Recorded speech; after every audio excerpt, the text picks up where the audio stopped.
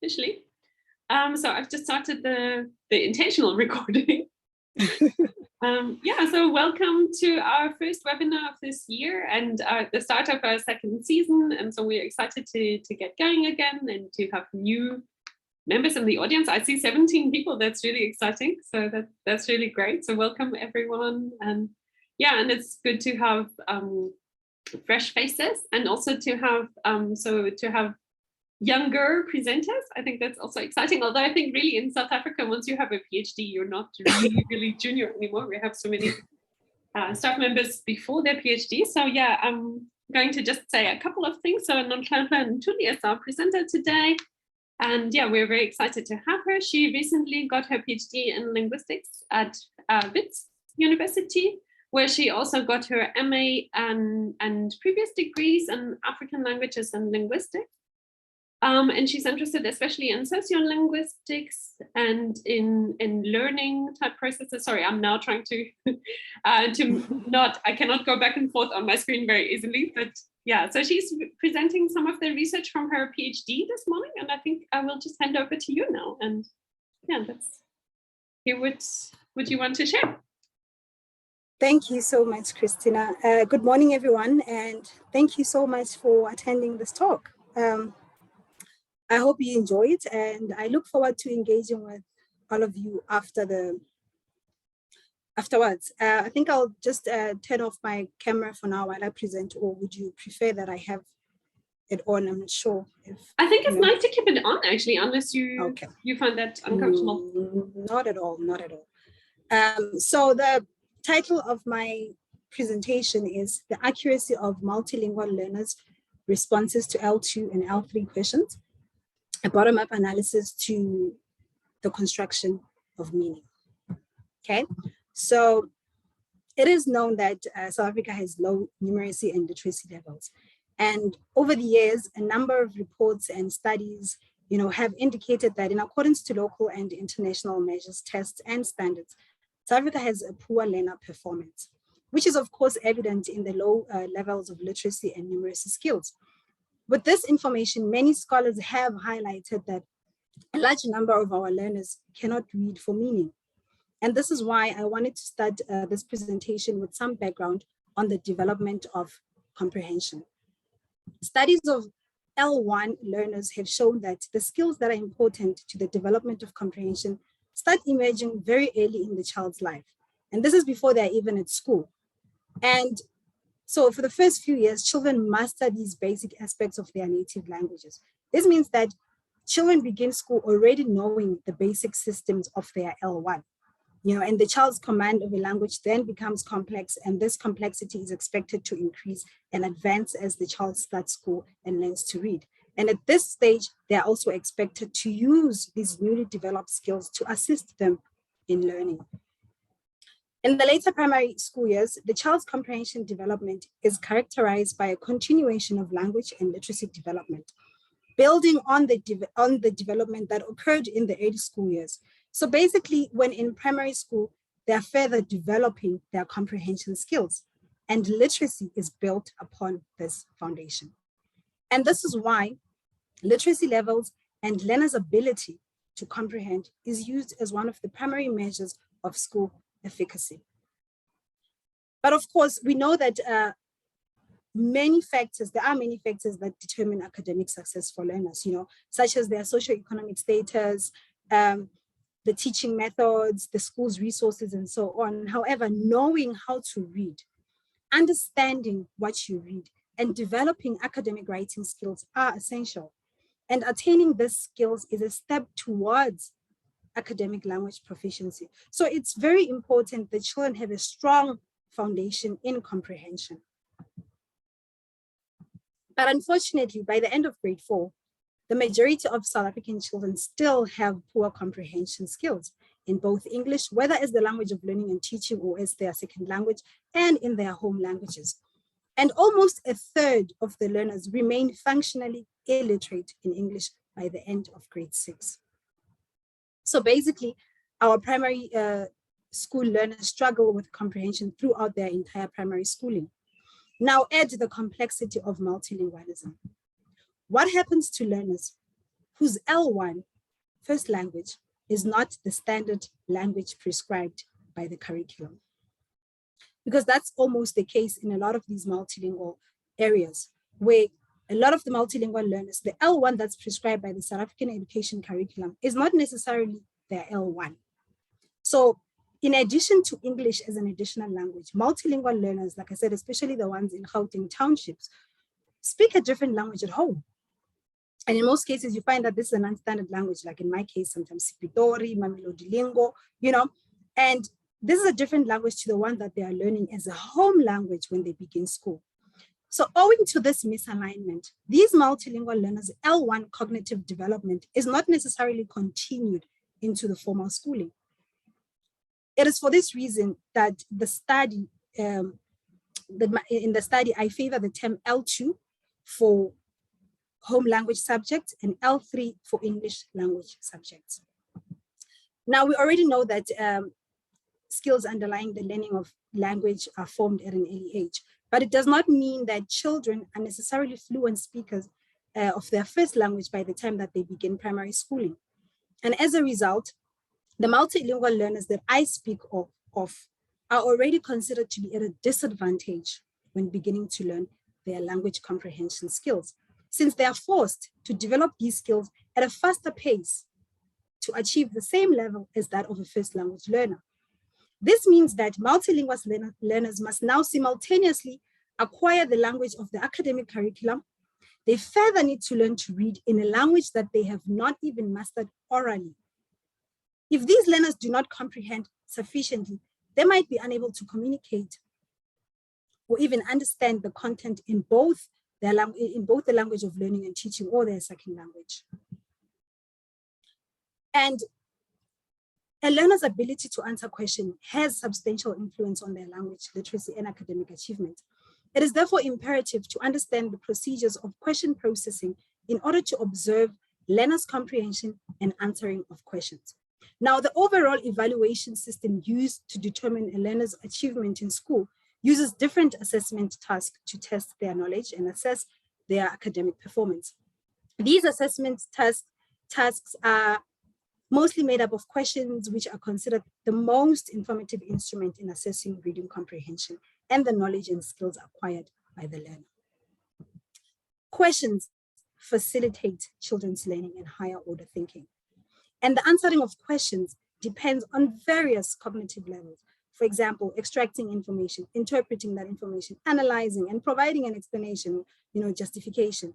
And these competencies influence a learner's comprehension and eventually their academic success. So in my study, I focused on how learners construct meaning and ultimately arrive at their answer. So the study investigated how multilingual learners aged between the ages of 10 and 15, so that's grade 5 and grade 9, process knowledge and comprehension related questions in their L2, which could have either been isiZulu or Northern Sotho, and their L3 English language subjects. Now, I've already mentioned that there's many factors that contribute to the education crisis in the country.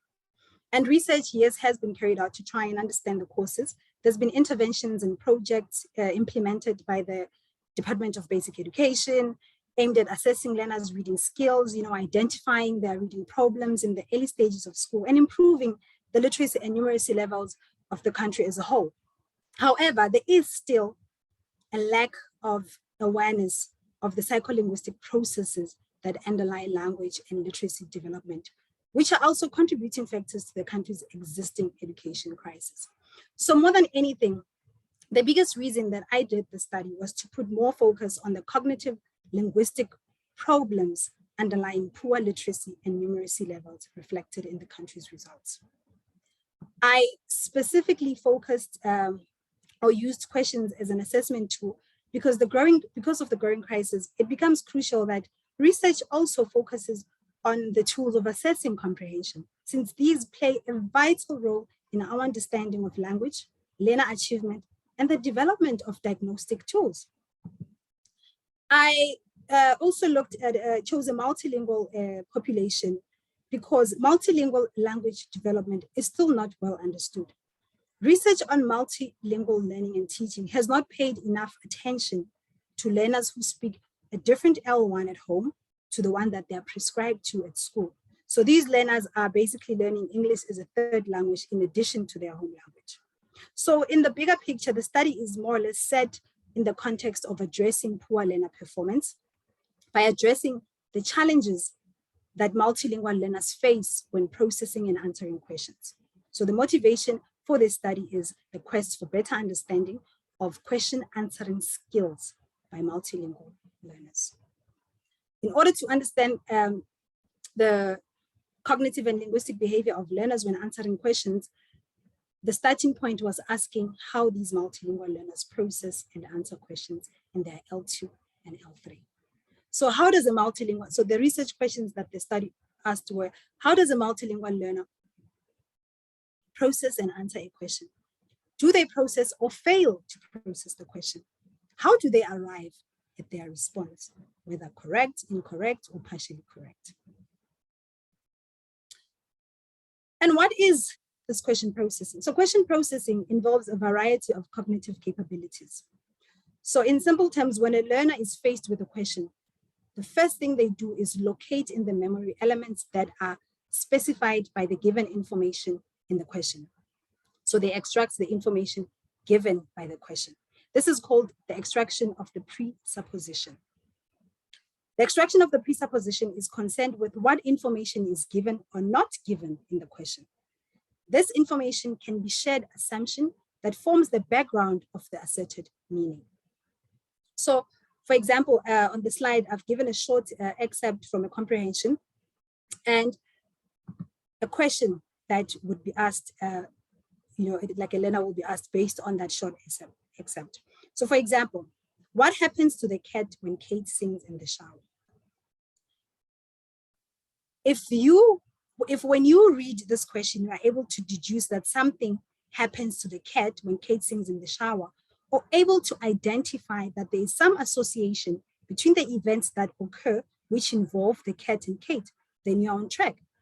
Because the extraction of the presupposition would be that presupposing that an event occurs that involves the cat when Kate sings in the shower. That's the first thing that a learner would have to come across when dealing with a question. They would have to presuppose, that something is happening there. And this would be the correct presupposition. Now, whether that event is right or wrong, at this point, that is not the concern. So after they've extracted the presupposition, it is then meshed against items in their memory to find the reference concept. Once the learner has found the reference concept, this reference concept will serve as a source node for the more directed retrieval that comes in response to the question. The second thing that happens in processing and comprehension of question is determined by the question word and differs depending on what is being asked. There are different types of questions, each eliciting different thinking processes and responses. Therefore, comprehension of the question word leads to the application of rules specific to the question type. As you can see in the table, for example, why signals a causal antecedent or a goal question, while when signals time. So each question word describes a different thing. And each involves the activation and application of a different set of rules when searching memory. And after this step, the question words will trigger a different retrieval process as the search for reasons begins. Now, still on the categorization, the second step, if you are able to identify what the question is asking, it will determine how you answer it. So interest of categorization of the question is more in the comprehension of the question words and the structure of the response in relation to the question word. This means that the response must correspond structurally with the question word. So the question was, what happens to the cat when Kate sings in the shower? And the learner can easily say, the cat gets frightened. That's answering what? And that would be correct processing. However, if they say because the cat gets frightened, that would be incorrect because they're answering the why question. Now, the next step is the answer. When it comes to the answer, retrieval rules must utilize information gained from both the question word and the characteristics of the given information in the question. That is what will allow us to determine if the response is correct or not, regardless of the correct presupposition and categorization of the question word. So the interaction between the question word and the presupposition assists us in providing a response, which in this case is presupposing that there is something that happens to the cat when Kate sings in the shower. And this thing can be anything, honestly, from an action, an event, or a thought that happens when, to the cat when Kate sings. So if we look at, go back to those responses that the learner gave. So the what now is incorrect. Of course, the why is still incorrect. But the what is incorrect because if you look at the comprehension, the answer is not the cat gets frightened, but rather when she sings, even the cat runs and hides, that the cat runs and hides. So what is it that happens to the cat? It runs and hides. So in terms of the answer, the learner would get this incorrect. Although they've accurately processed this question and were able to correctly categorize it, the answer was still incorrect. So what does it mean exactly to answer a question? Question answering is a process that has interested researchers in several disciplines within cognitive science, especially cognitive psychology and artificial intelligence for many years now. To ask a question of someone implies more than just the need for information or just to get us thinking about something. It entails more, such as the structure of knowledge where the question is formulated and where the response is interpreted.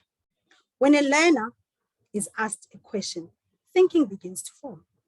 They retrieve the relevant information from their memory, and then they provide a response. Sounds easy enough, right? But as you've already seen in the previous slide, that is not that simple because providing a response necessitates a process of thinking, retrieving relevant information from the memory bank, and providing an appropriate response. And for learners, it's not just any appropriate response because that incorrect response in the previous slide was appropriate in terms of how they process the question. However, a response should not just be appropriate when it comes to the educational context. Actually, in most cases, it should be a correct one. Now, questions. So when a response is categorized as an answer, then the several specifications such as appropriateness, completeness, and presupposition are used to describe to determine the accuracy of that answer. So when we've received that answer after they've processed it, to sort of determine how accurate is it, even though it's a satisfactory answer, we need to look at its appropriateness, its completeness, and the presupposition to determine the accuracy of that response. The criteria for response accuracy is based on the relationship between the linguistic and extra-linguistic, between that what is said in the response and what is talked about in the question. The variability in the types of answers that are theoretically acceptable. So where context is taken into account. So we look at these three factors, which are appropriateness. So appropriateness of an answer measures its correctness in terms of how the response corresponds to the real world, so the contextual, or the grammatical and lexical acceptability. Completeness is the aspect concerned with how much is given or omitted in a reply, in an answer. This may be in terms of information, items, contextual or grammatical elements, and lexical precision. We also look at presupposition. This is relevant to what is given or not given in the answer, in light of what is being, will be, or has already been given elsewhere. This may be in terms of the information that is presumed to be known, so contextual. It may be in terms of necessary elements of grammatical structure, not given in the answer because they're in the question. Also, it basically just also being able to determine which type of information is required and which isn't in a given situation. So the previous answer in the previous slide might have been a satisfactory answer, but it was not accurate. So hence it was an incorrect answer. Now, learners are constantly required to display their comprehension competencies throughout their school lives. And the comprehension of written language requires metalinguistic abilities, and that is the conscious awareness of language. The bottom-up analysis is achieved by outlining the different processes involved in each linguistic level when processing a question. As a framework for language processing, the bottom-up approach presents a staged process of how an individual can construct meaning and arrive at the answer. Now, bottom-up processing is one of the two main approaches through which information is processed and comprehended by individuals. It describes how individuals understand what they read. It states that thinking constantly occurs from bottom to top. And as you can see on the slide, at the lowest level, you've got the phonological level where you interpret sounds within and across words. You've got morphological level, breaks down words into morphemes. At the syntactic level, check if sentence is grammatically correct. At the semantic level, you disambiguate words. And at the pragmatic or discourse level, you make connection between sentences. So use contextual and situational meanings. And basically, this is, more or less the 5 stages that are involved in processing information.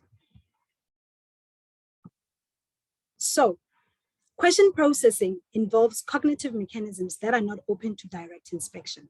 Therefore, we are required to examine the learner's responses so that we may infer how processing of questions occurs. This study applied the bottom-up approach to question processing. This approach was based on the characterization of the bottom-up approach, of the bottom-up processing in language, and involves using learners' responses to identify lower order components that facilitate their subsequent synthesis into higher order forms. These low and high order form components are based, of course, on the 5 linguistic level, starting at the phonological level, which in this case for question processing would be the link between print and speech.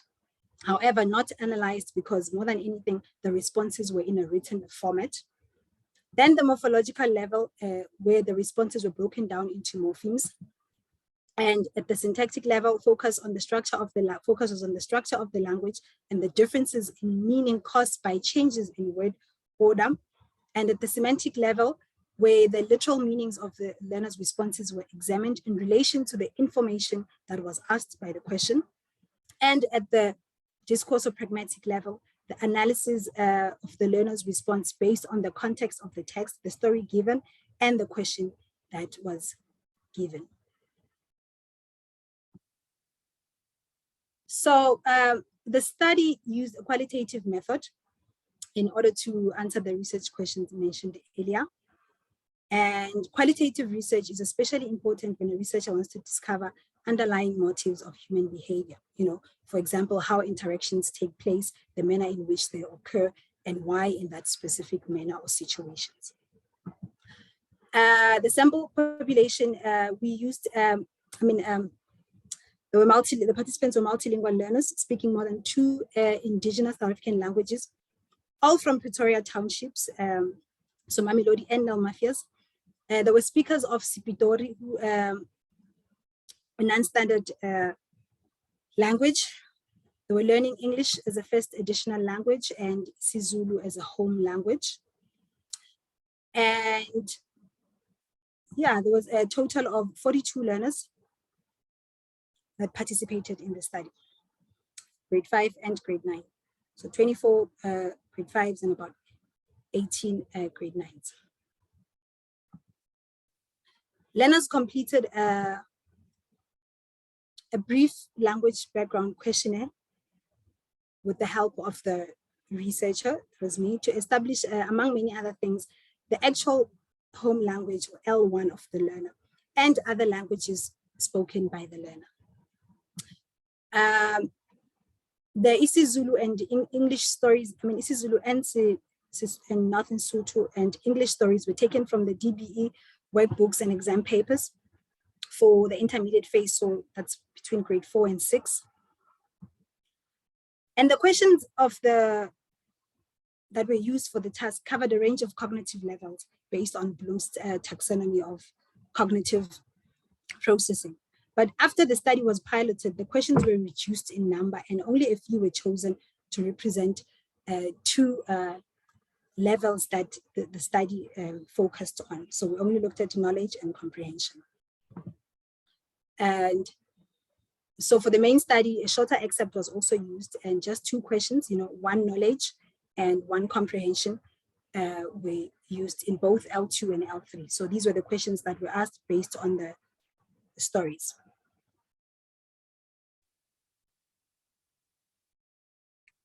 Now, learners were put, when we were collecting data, learners were put in a quiet, empty classroom and then informed that they'd be writing a comprehension task. They were first given the comprehension text to read with a time limit. And this was done for both L2 and L3 comprehension tasks on different days. Once time was up, the comprehension text was removed from them. And the learner would then immediately receive the question paper, which had space for them to write their answers. So once they were done reading the comprehension, we'd take it away from them and give them the questions to answer. Rubrics were specifically created based on the theory of question processing and comprehension and used to grade the learners' responses. So to determine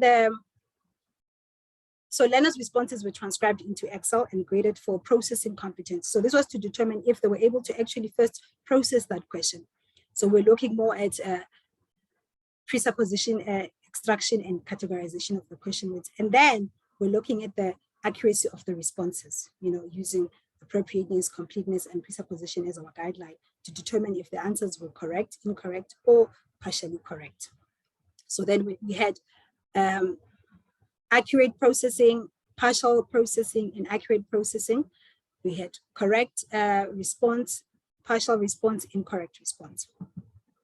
Then learners' responses were copied into Microsoft Word and analyzed for the identification of linguistic errors or breakdowns identified from the 4 levels: morphological, syntactic, semantic, and pragmatic.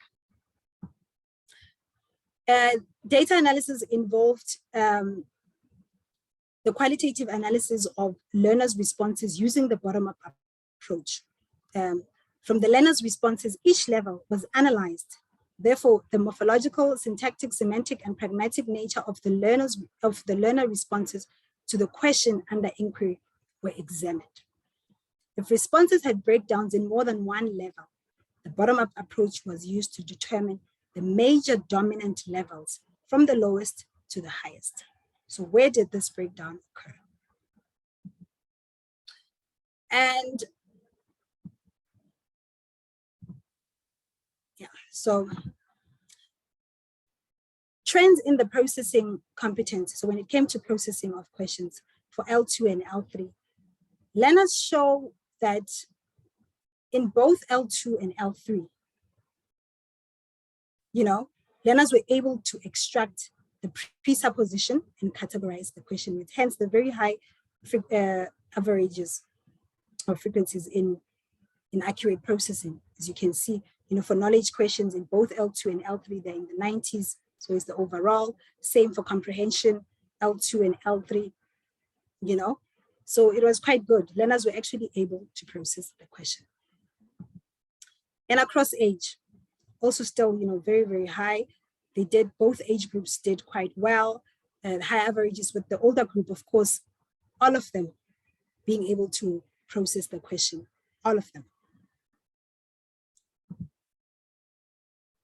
Those were the knowledge questions, same with comprehension questions.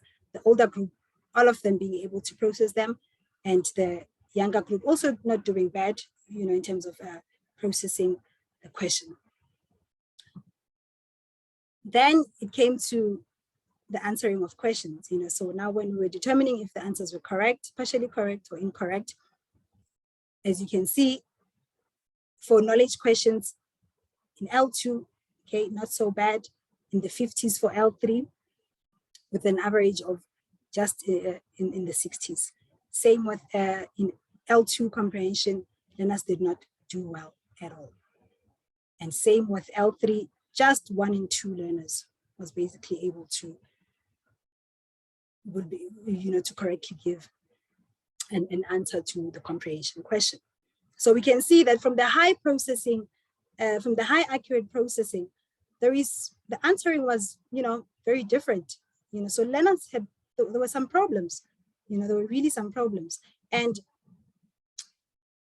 in the age groups as well, we can see that for answering questions, L2 knowledge questions, not so bad for the 10 to 11-year-olds, same for the older group. Knowledge questions as well here across age groups. Younger group, knowledge question not doing well at all. And the older group, similar to the performance was similar to the L2 knowledge questions, how they answered.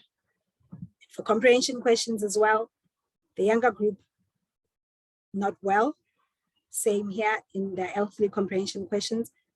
They, less than half of the learners could not provide a correct answer. So what could have gone wrong? So we use the bottom-up analysis to now further look at the responses. So even though I had 3 groups of responses or 3 categories, which were correct, incorrect, and partially correct, I'm just going to look at some of the incorrect responses and the correct responses. I will not be looking at the partially correct category for this presentation. So this is an incorrect response where, for example, to the L2 knowledge question, the question was, what is it that Pele's father taught him about living a healthy lifestyle, keeping a healthy lifestyle? And the expected answer was the father taught him not to drink and smoke so that he can live a healthy lifestyle, more along those lines. And learners, for example, you've got the learner here that said, Papa go mo rutile go raloka ka matla le go ba o monnyane mo Brazil, which loosely translates to his father taught him to play with might and be small in Brazil. Okay. And this one also saying, umfundise ibhola lezinyawo ngoba ubaba wakhe bekadlala umdlalo wezinyawo. So the responses offer different and inaccurate descriptions of the lessons taught to Pele about keeping a healthy lifestyle. And none of the lessons mentioned by these learners is either related or relevant to Pele keeping healthy in the context of the text. So these responses show little to no understanding of the text and meaning of the question. Similar here to the L3 knowledge question, which was what happens to the cat when Kate sings in the shower. And already you've got a learner, the one saying, the cat becomes frightened in the shower. The cat becomes frightened and shocked. The semantic breakdowns in the responses are evident through the incorrect reference concept. So learners used an incorrect reference concept, namely that the cat became frightened and shocked. This is inaccurate in association with the events that occurred, which was that the cat was running and hiding, or ran and hid.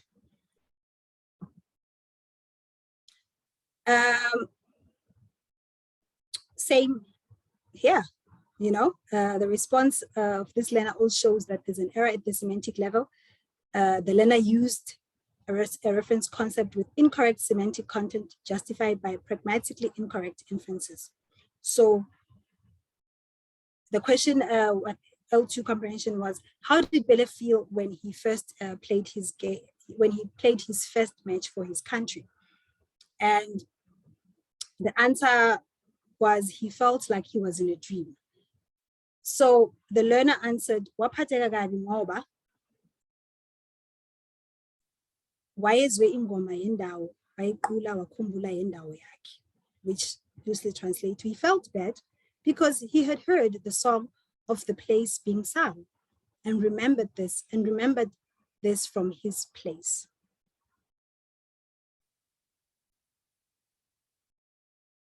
Same here in L3 comprehension, where the question was, why does the speaker compare himself to a cheese sandwich?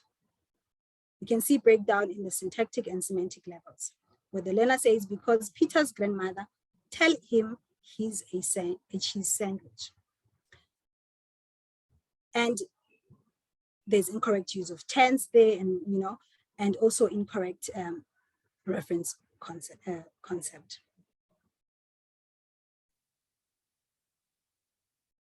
Similarly with this response, the syntactic and semantic breakdowns. Incorrect adverb, which also, there's also incorrect reference concept. So we're literally identifying the errors that occurred at each stage. Now, another interesting thing that came out here was with the correct responses. You had responses, the correct responses also had some errors.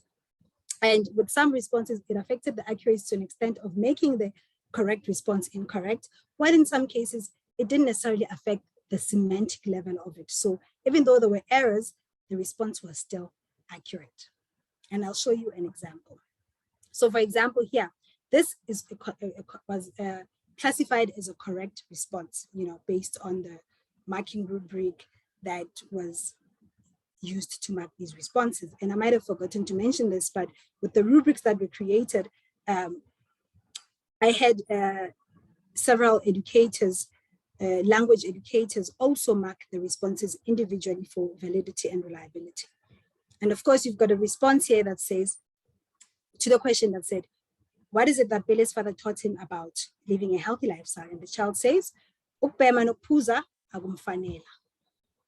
And ideally, this would have been correct, and a teacher would just mark the little suffix there at the end as an incorrect addition, and maybe help them by adding the correct one, which could have either been akumfanele, akumfaneli, akumfanelanga, but that was not the case here.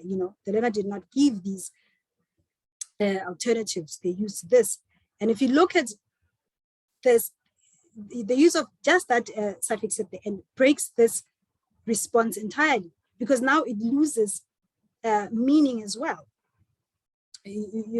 So there's now an agreement, an error in the agreement of the sentence, and there's an error in that, and then semantically it also does not make sense. So such a response then now becomes incorrect when you actually do this granular analysis to look at it, instead of a surface overall, type of analysis. And then you have a response like this, where, for example, the question was, why does the speaker compare himself to a cheese sandwich? And the learner says, the speaker compare himself to a cheese sandwich. He is the middle child, and he have two sisters, whereby her grandmother likes her a lot. The bottom-up analysis for this response revealed several errors at the syntactic level. Learner using, the verb to compare incorrect tense, there's first person present tense, there's an omission of conjunction, there's punctuation problems after the word sandwich. The learner seems to confuse tenses as well, using have instead of has. There's also a breakdown in the use of pronouns instead of his, and the adverb whereby. Now, this response is made up of more than one clause, more than anything, So you've got like around 4 clauses here, 4 clauses. The speaker compare himself to a cheese sandwich. He is the middle child, and he have 2 sisters, whereby her grandmother likes her a lot. So this clauses express more than one idea. The learner over-answered the question by adding unnecessary and incorrect information after they had already provided a correct response somewhere in between. This also represents a breakdown at the pragmatic level, since the learner failed to provide an answer that only denotes a single proposition to the question.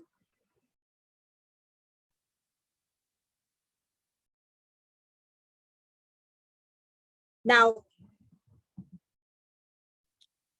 to summarize the findings, learners' performance in comprehension and knowledge questions was similar for L2 and L3 and similar across age groups. So there was high accurate processing, so learners were actually able to successfully extract an acceptable presupposition from the given question and then categorize correctly the question words.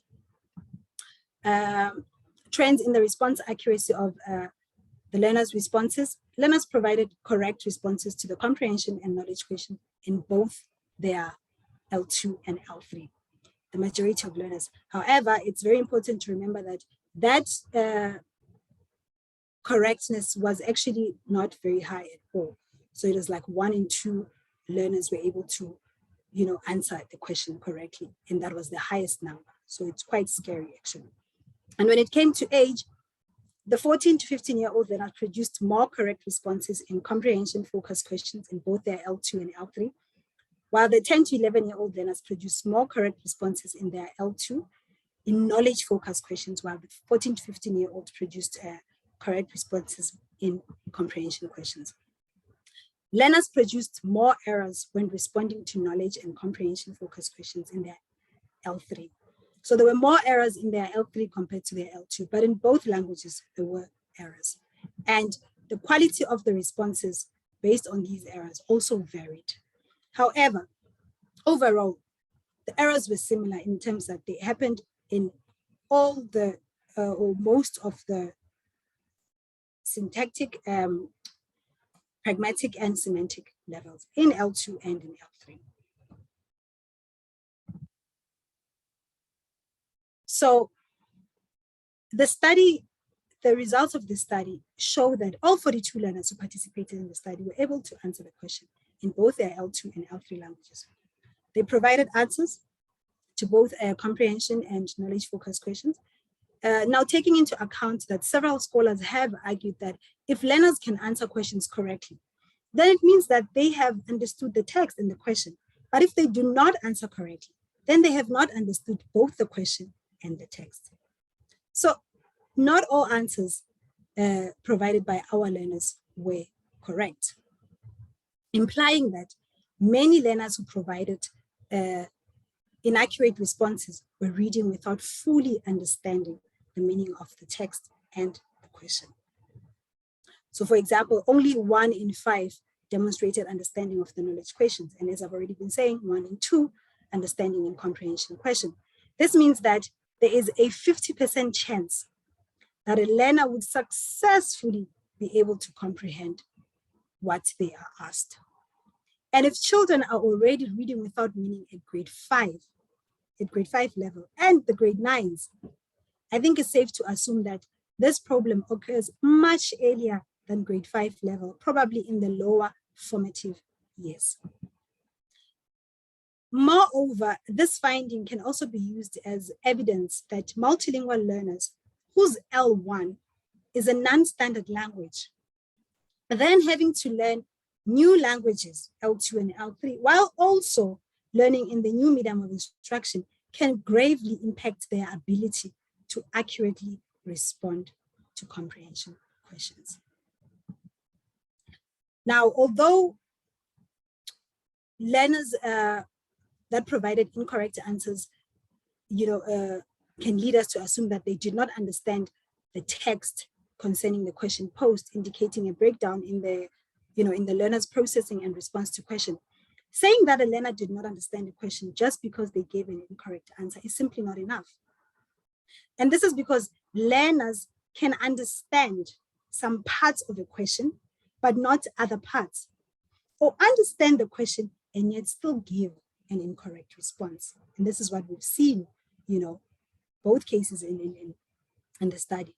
And this is precisely why the study provided information on the what, how, and on the where, there was evidence of syntactic breakdowns, a lot of semantic inaccuracies, which in some cases also affected the pragmatic level and led to incorrect responses. Of course, implying, like I've already said, that learners who provided these incorrect responses were reading without fully understanding the meaning of the text, but also that other linguistic items such as grammar, pragmatics, and the grammar, vocabulary, grammar, and pragmatics play a role in fully comprehending. These results further confirm the important point that the educational input learners receive does not emphasize vocabulary instruction, which results in learners reading without understanding. And lastly, it shows that if you look at the results, they show that there's still several question answering and question comprehension skills that are inadequate in learners who gave incorrect answers, regardless, and even the correct ones, regardless of whether they process the question accurately or not. Now, just to close up, I'll remind you that the main purpose of this study was to investigate how multilingual learners process questions from their L2 and L3 language subjects. 2 age groups were looked at, and the learners were sampled from Mamelodi and Nel-Mafias. These are townships in the east of Pretoria, Gauteng. And applying a detailed linguistic level analysis in the form of a bottom-up processing framework, learner responses were examined in terms of their accuracy or inaccuracies. Accurate and inaccurate responses were examined to discover where the linguistic breakdown occurred, which is directly linked to the comprehension competency that learners have. All learning begins with questions. The importance of questions in the South African curriculum, coupled with poor learner performance in school assessment, was the motivation behind the study. Its findings emphasize the need for the teaching of question answering strategies and a pedagogical structure that enhances the thinking of students to better scaffold learners' ability to comprehend and answer questions. We need environments that promote the acquisition of language comprehension skills, which are essential for the development of the child, both in terms of their reasoning and communication skills. So the inquiry into the understanding of and the processes involved in multilingual learners processing and answering of questions are important for enhancing the curriculum and assessment for these learners. And who knows, maybe this might allow learners to obtain better academic success in school.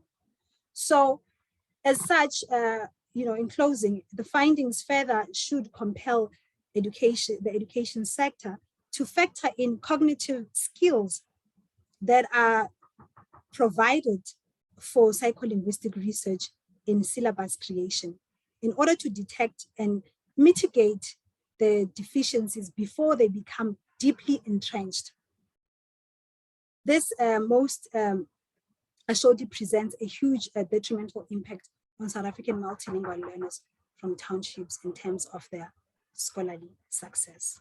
So we need to start at the bottom, and thank you.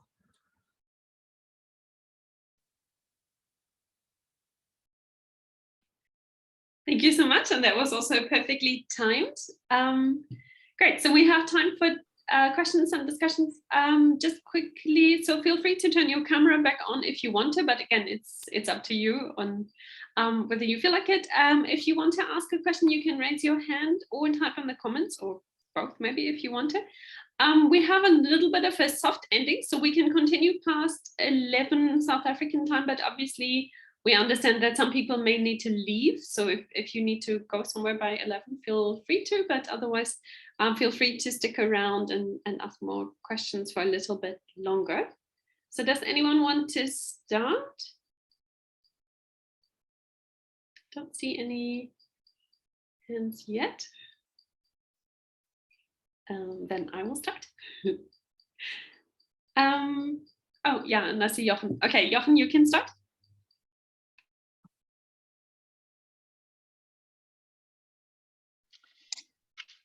Thanks very much. Thank you, Christina, and thank you, Noni, for what I thought was really a very interesting study and a very good talk. I have a question mainly about your interpretation of what you found. So the way I understood it when you presented your results was that the learners'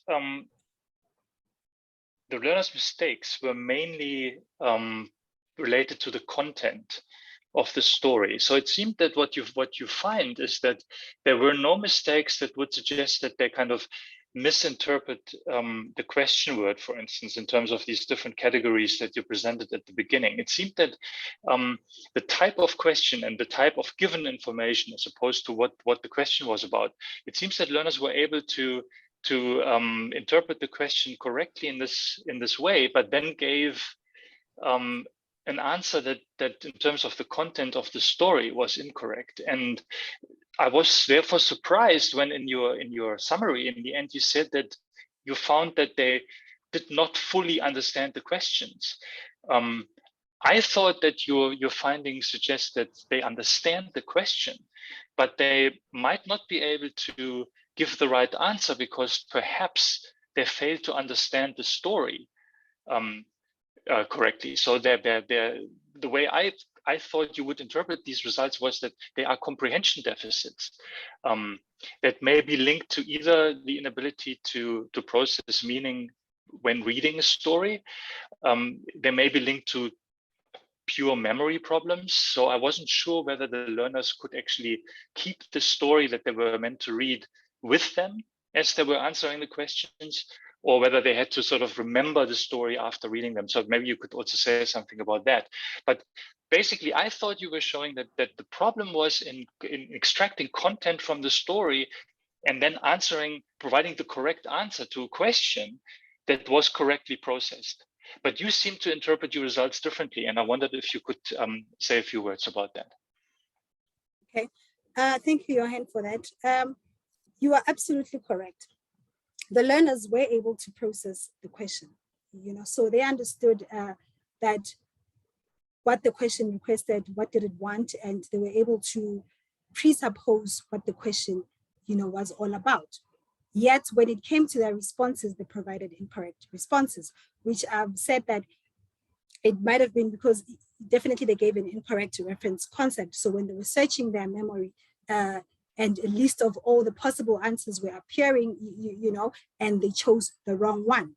And this leads to them giving an incorrect answer, which could also mean that as much as they were able to process the question, so understanding part, because question processing and answering is an interactive process. It's not just, yes, you are able to process and you give an incorrect answer, then it means you understand. No, the minute you give an incorrect answer, irregardless of whether you were able to process it accurately or not, the final result is still incorrect. And it might be clear that, okay, hence the little separation actually between the two processes in a way, the processing and the answering, because in most cases, we are just given the response and we take it from there. So I started it from the presupposition and the question word to get to the response to see how does them being able to accurately process this response actually affect how they answer the response at the end. And overall, even with the accurate processing of the question, the answer was still incorrect. So the learners did not understand the story that they were reading, and they probably did not understand the story that they were reading. And this is reflected in their responses, as I also do the little breakdowns to try and determine where exactly in the answer, did it go wrong. So I don't know if I've answered what you're saying, but I feel like there's something I left out that was very important that you asked that I feel like I still have not covered somewhere there. And no, you answered it very well.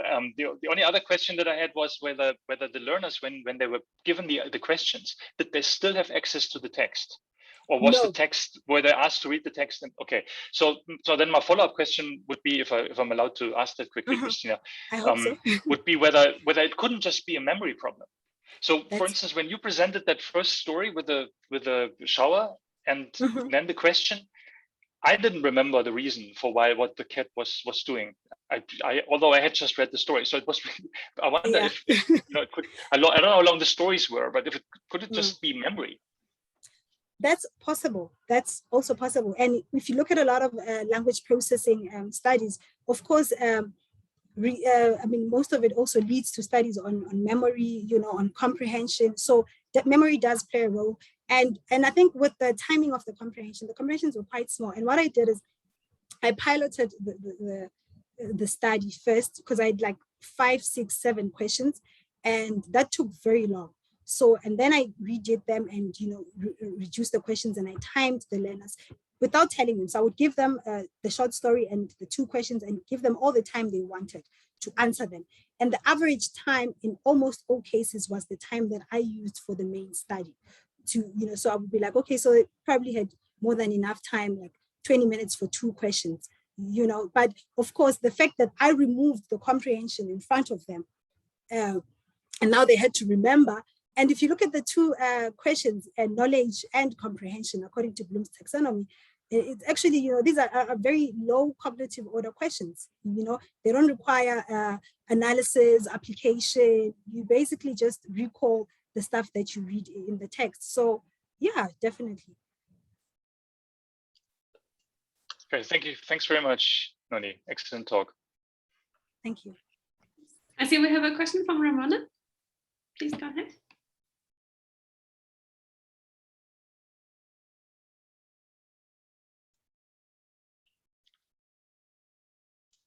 Christine, can I ask a question? Okay, guys, can you hear me? Sorry. Yes, we can. Yes, but we'll think you can go next. But Ramona, please start. Yeah, I just wanted to ask Noni. Noni, didn't weren't the students given enough time with the text as long as they wanted before they started you know, responding to the questions? That's the first point. And then just to go back to what Jochen is actually pointing out, and of course in your talk, I can imagine you cannot talk about all the aspects that your study revealed, but was there not an impact of the different types of the cognitive learning processes of the 2 different languages? So for instance, when it was in Zulu and in English, there was a whole mix of higher order cognitive questions, whereas in English, it was more of a, you know, step 1, step 2 of your Bloom's taxonomy, which also could have added you know, the little bit of those errors, because the students would be moving from a simpler or a more easier way of processing when they were dealing with the L3, your English. And when it came to their Zulu or Sotho or Sepedi, it was a little bit more of a challenge. Can you just remind us a little bit about that? Thank you. Thank you. With regards to the first question of time, yes, I think I already said this to Jochen, that the learners initially were given enough time. Actually, I took the time from them, you know, hence I had to pilot the study first in order, before I could even remove the text, I needed to know how much time do they need with the text. So in the pilot, the learners were given enough time to just read the text, and when they were satisfied that they've read and all of that, then I would remove the text and record the time. Same for L2 and L3, and even with the answering of questions, you know, I just to be on the safe side. And I did this over and over again until I had an average amount of time that I could use for both languages. So yeah, in terms of time, definitely. And with the processing levels of English and isiZulu, I didn't mention this in the beginning because originally the study is both quantitative and qualitative, you know, so I just took the bits of the qualitative part, but it was more or less informed by results from the quantitative. Because as you mentioned that I used isiZulu and Sesotho, statistically with both languages, there was no significant difference in whether learners were processing with English or isiZulu. so hence both languages, I just combined the learners and used that as one, while there was a difference with English, so hence that was separate. But more than anything, in the pilots, when the questions were many, yes, the learners were all over with their answering, because at that point I had sort of tried to accommodate all of the levels from Bloom's taxonomy, the analyzing and different strategies were coming across, and that were very, very different. And when you look at it with L2, the L2 is to home language, they were more complex than with English, where they would literally, like you were saying, just run to the easiest way of answering the question. So, which is why for the main study, I also reduced the number of questions and just stuck to the low order cognitive questions. But it would be very actually interesting to find out what happens when there's different levels of these cognitively demanding questions, because knowledge and comprehension, remembering and understanding is just the low order ones. What happens when learners have to now analyze, when they have to now, do all of that? And also it would be very interesting to have a larger pool of learners, do all these different types of questions. And more than anything, what I also did not mention was that the role of the WH questions, in answering these knowledge and comprehension questions, because WH questions on their own are questions that learners have to acquire at a certain age and be able to know how to use and understand. So how does that work in relation to the level of cognitively, demanding questioning that the question is posed at? So, yeah, I hope that. Thank you. So Sarah, if you would like to go next, and then I see we have a question from Karabo afterwards. Should I go on? Yes, please. Yes, my question is, this is an interesting paper, and I have been doing the same thing, but my question is, did you take cognizance of qualification of the teachers who are teaching the lower grades? Because in most cases in township, they just give anybody who can speak Sesotho and say, go and teach the lower grades. In your studies, did you take attention of the teachers who are teaching that particular level? What is their qualification? Are they conversant? Do they know the language quite well? Because in most cases, I realize that they use multilingual in classes. Thank you. Thank you for that. You actually just raised a very interesting thing.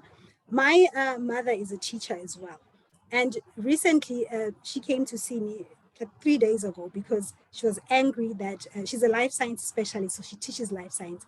And she came home for a funeral, and then when she went back to school, they'd assigned her to teach English. Then she comes back and tells me, I don't know English. They want me to teach English. And nobody had a problem with it. You've got English qualified teachers in the school, and they're giving a life science teacher to go and teach English. So, and this is what's happening.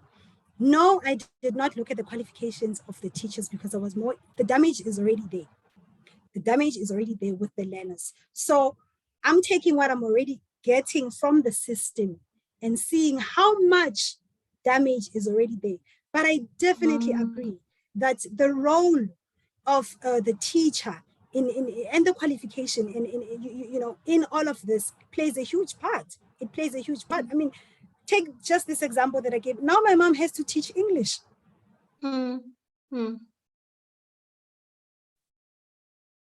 That's true.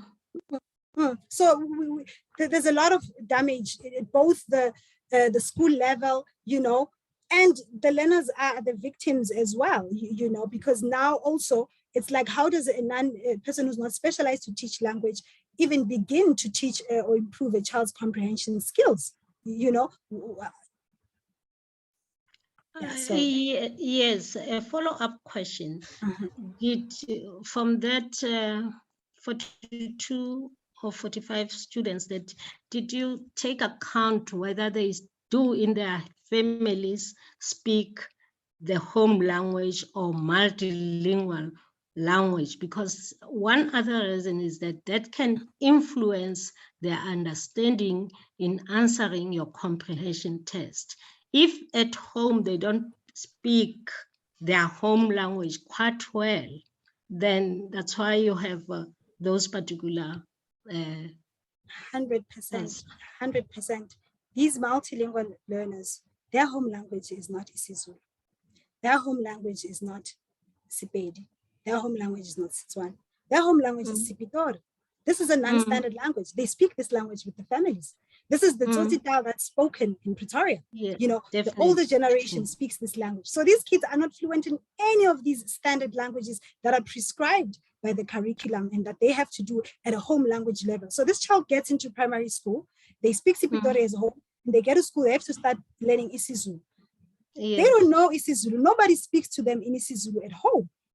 And this is the home language that they mentioned. So definitely, and I think this is why in my discussion or conclusion, I did say, you might find that also because of the multilingualism nature of the learners, it could have played, and it could have influenced how the learners responded to the questions. I think that should be one of your findings, even the qualification of the teachers. Thank you. Thank you very much. That was an interesting paper. Thank you. And then we have Karabo. I would say I've just take, well, you've answered the bulk of the question, but I want to know if it could possibly be that these concepts or ideas should be introduced at a in early childhood development phases, because that's where the bulk of, so grade 2, 3, where the WH questions are introduced. Do you think that that's also an informative part? I mean, you see, I just took away all my questions. So no, definitely. From grade R or even earlier, you know, ages of 4 and 5, learners should already be learning strategies of how to answer WH questions. So definitely, for sure, they should be introduced earlier, because we see by grade 4, grade 5, the damage is already done. So we have to go back. Yeah, we have to go back and just, you know, definitely. I mean, the question why I'm asking this is because I'm you know me from linguistics, right? And I'm someone that knows all of these processes. So my 2-year-old, when she gets back home from school, which is an English medium, now we need to be switched back to the L1, which is the tool at home. But now I've realized that early childhood development is focused on learning through play, but also the language and literacy skills of the teachers don't seem to be refined in that way. So as to help the children balance. Yeah, I've lost my question. Ooh, okay, thanks, Noni.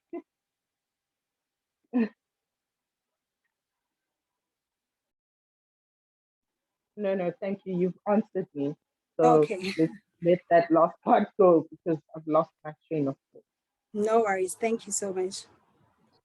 Okay, and then I'm going to sneakily give myself a question, because I see the questions keep coming, so I don't want to lose the opportunity. So I'm really interested in some of the, say, linguistic data practicalities also of how you dealt with this.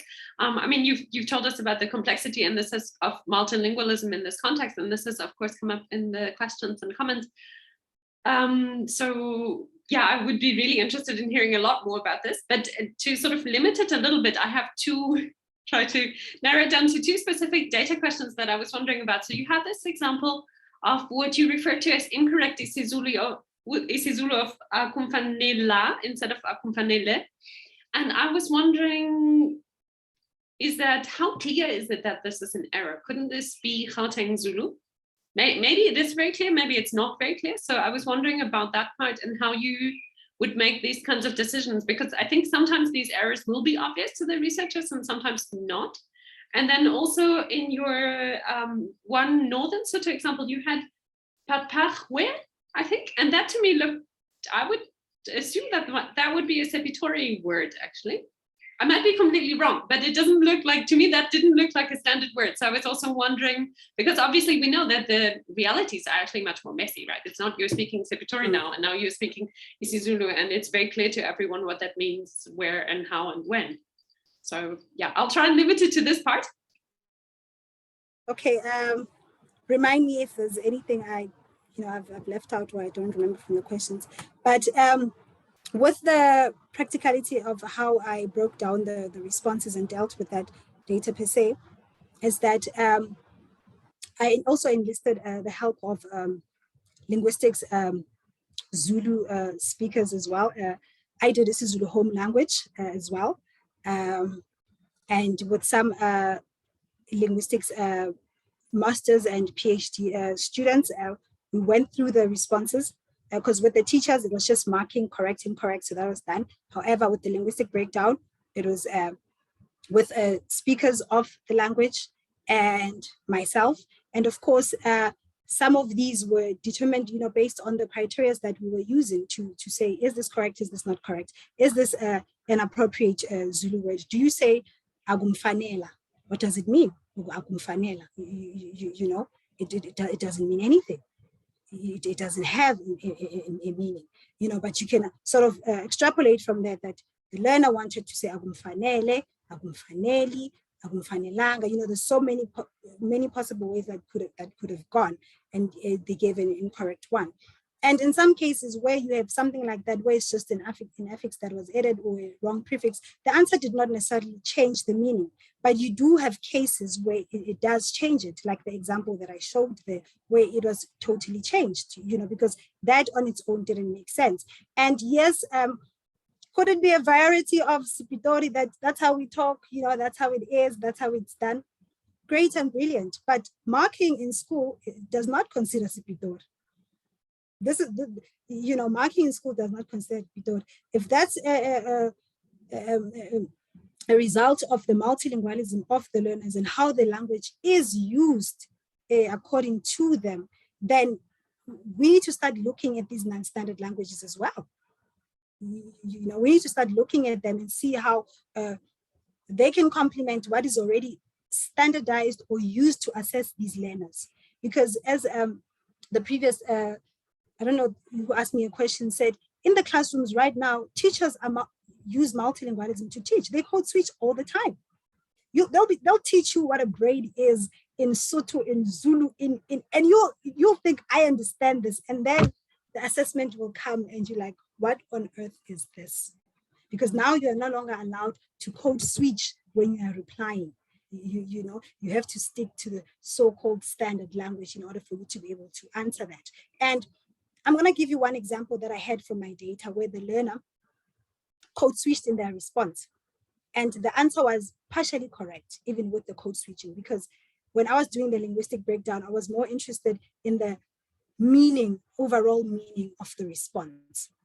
So you had a learner that would be like, it's a cheese, you see it in the middle, the sandwich, in, code switch, because ngoba ayithatha and gwabona, there were a lot of that code switching example, which was actually very impressive, that the learner felt comfortable enough to even write, like that. And these are the realities of these learners. You might find that this learner even writes like that when they're being assessed, but of course, teachers will not consider that as a correct response because you've used Sotho, you've used Zulu, you've used, all of these languages to answer, even if the answer is semantically accurate. And with Papagwe, yes, that is a Sepedi word.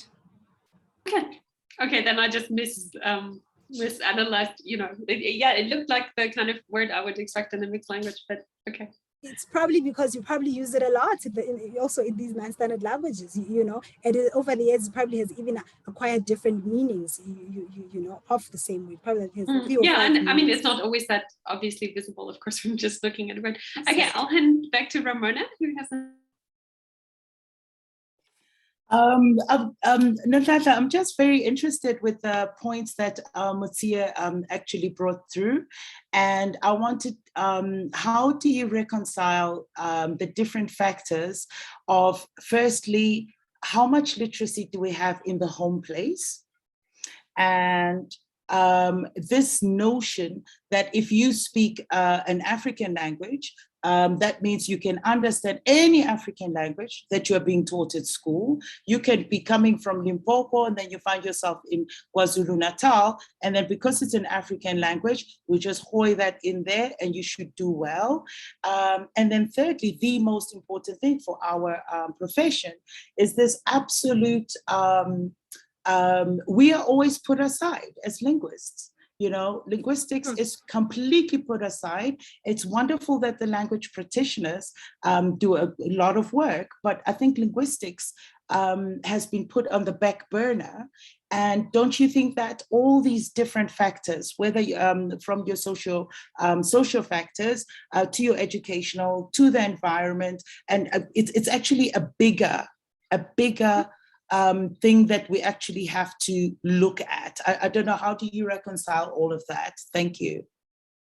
Thank you, Ramona. I think when it comes to multilingualism, you know, in general, there's still a lot that needs to be done. And you, of course, know that even now, you know, there's we still lack a lot of what do you call these? A lot of assessment tools, you know, to determine standardized assessment tools or measures for reading proficiency, you know, for a lot of in these indigenous South African languages, you know. So we still have that whole gap, you know, of that.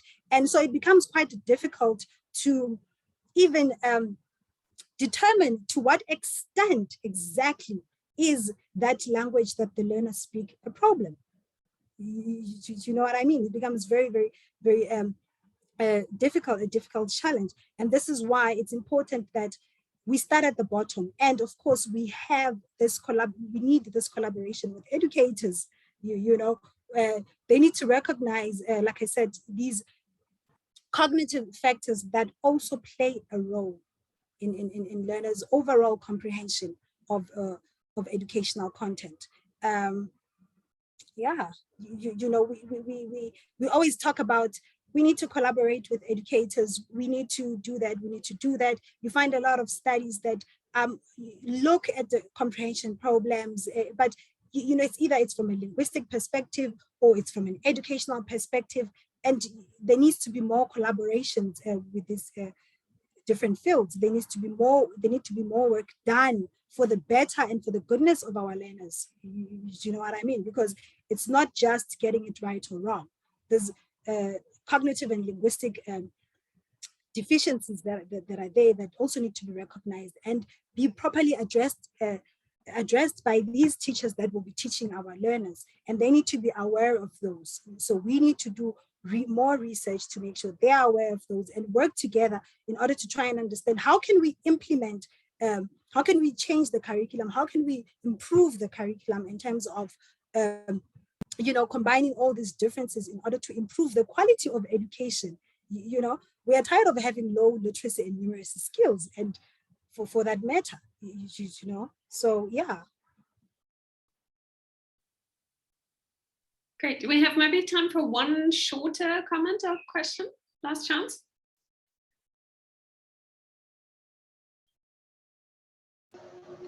Hi, Christina.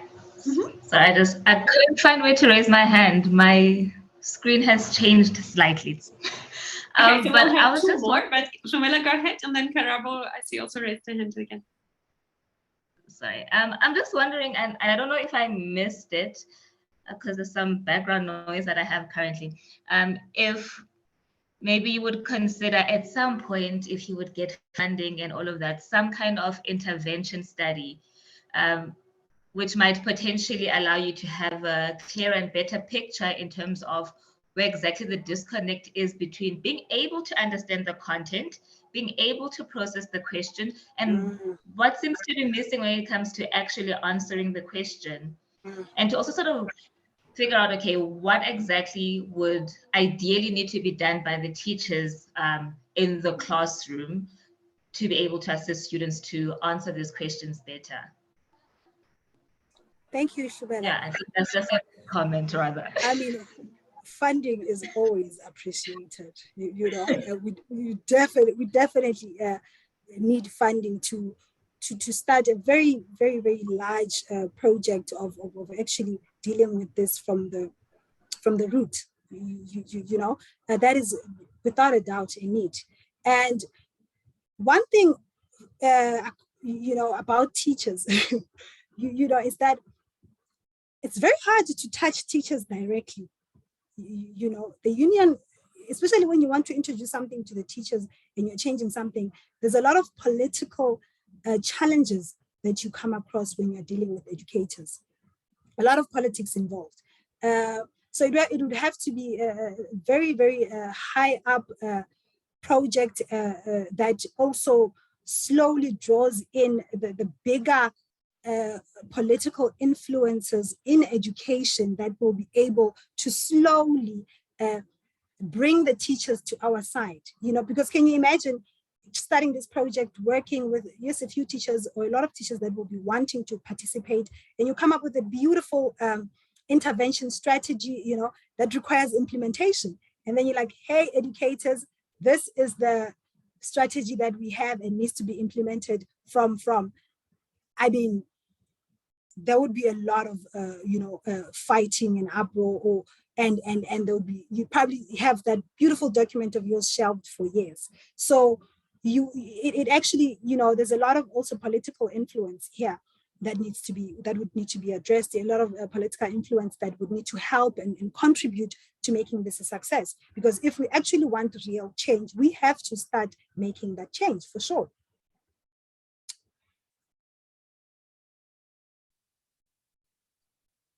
Karaba, did you still have a question or comment? Oh, no, my comment was more towards curriculum planning and linguists being involved on the part of the Department of Education, of basic education, because this seems to be a problem that starts from early childhood development, where language learning isn't really prioritized. You know, so I think we need more linguists in that space of curriculum planning, because then we have a basis point, a starting point. It was more of a comment than a question. Thank you, Karaba. And overall, thank you, Noni. Thank you. And just to add on that, I didn't mention this, but you know, when I piloted the study and sent out the questions first to some of the language educators, you know, that were helping me categorize the questions according to Bloom's taxonomy, the amount of differences in terms of the levels, how they categorize the levels, was very fascinating. You know what I mean? Like, you would find that what is considered as a level 1 in the textbook, I mean, as a level 3 in the textbook, is actually a level 1. And so we had to first recategorize the questions fully before we could even use them. So definitely, I think it is very important that there is a collaboration between linguists and educators. That was just my addition on that. So thank you so much. Excellent. Thank you, everyone. This has been a really great way to start our seminar series for the semester. So let's thank Nonhlanhla again. I'm trying to navigate my buttons while I'm talking. So great. Yeah, so I saw there was a comment also about getting the recordings online. I will try and deal with that soon also for the ones from last year. I know we haven't yet shared any of them, so we'll try and deal with that as soon as possible. We are going to take a quick break in March because some of us are going to be doing our own fieldwork actually during that time.